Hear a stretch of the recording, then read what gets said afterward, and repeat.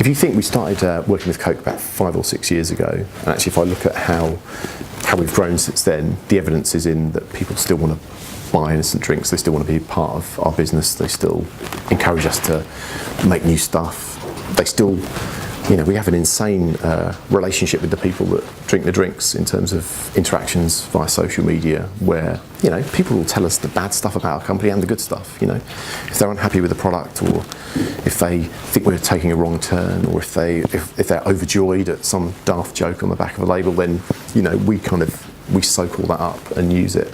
The relationship with Coke is one that is, I don't think it's unique in the business world, but it's certainly an odd one, because they invested in us so they could leave us alone. So they let us run the business in exactly the way that we want to run it.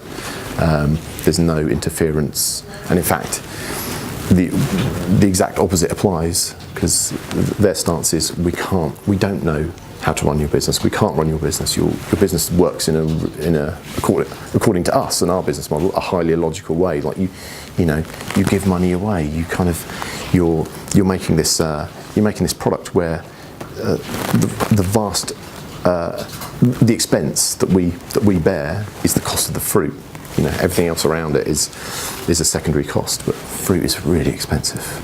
And if I was starting a business again today, I would now be armed with the fact that you do know that your main ingredient is really expensive, and the price of it kind of goes up and down depending on hurricanes and weather and currency fluctuations, and you just go and make something simpler instead. But this is what we've done, this is what we love. I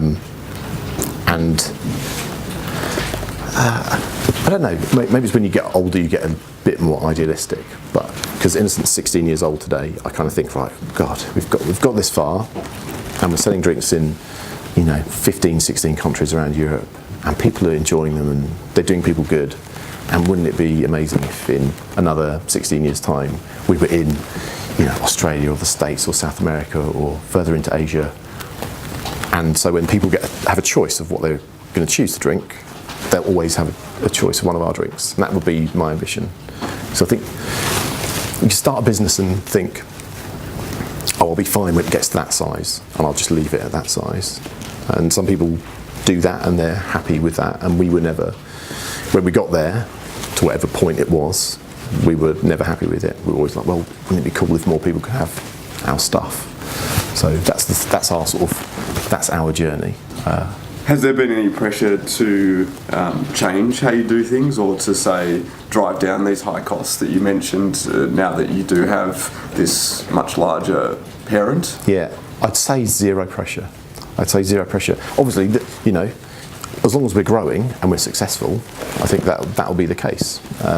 If we started to absolutely tank, and there was a day next week where everyone in the world stopped buying innocent drinks forever, then Coke would probably say, hang on, what happened there? But our responsibility to ourselves, to the people who work there, to anyone who's got any investment in Innocent, is to keep it growing and keep making better stuff. And it's not. I haven't revealed the secret of great business there. I think everyone knows that's if you want a great business, then you've got to keep the people who are involved in it happy and motivated, and you've got to let people see what lies over the horizon as well. You've got to you're taking people on a bit of a journey, or else we'd be hiring people now and they'd be going, yeah, it's kind of okay here, but I'm going to leave next year because nothing's going to happen. It's always been from the beginning a bit of a dream that, hey, and one day we won't just sell in the UK, we'll sell in France and Germany and Ireland and Sweden, and the dream now is, and the USA and Australia and Japan and Mexico. I think the commitment that we have to have is to have people out there who are continuously looking for better fruit, better ingredients. So we've got a big team based in London, but usually not in London, who are in India or Brazil or some far-flung corner of the world trying to find better fruit. And in the end, that has to be our USP, that we get to the best stuff before the other guys do. If we know that there's an area of Brazil that grows the best oranges, then we go there, and we almost, you kind of go there and you buy them all, or you buy as many as you can, because that ensures you with a great supply of oranges for the next however many months or years, and it stops other people from having them.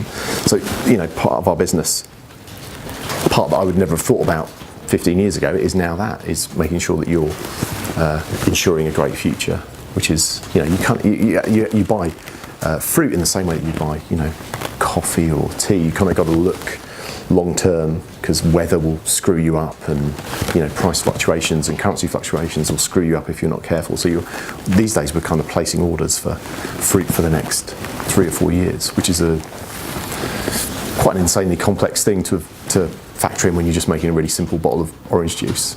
I think that helps. I think we've learned a ton. We're smarter at finding the best stuff and putting it in a bottle.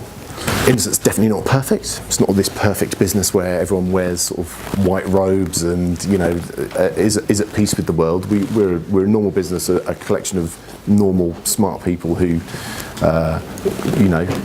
debate things, disagree with each other about stuff. I would hate for it to sound like some sort of cult or something. But I think that the people who work there can kind of feel like, if we work hard to make great products and we sell more of them, then more people benefit. People who have no connection with our business directly, and for me that's a simple good thing that we can do. I know what you mean about, is it a kind of add-on that makes you seem like nice people? But I can only answer honestly and say it was what we always did, and whether there are 4 people sitting in a room or 400, that same principle is still the thing that applies.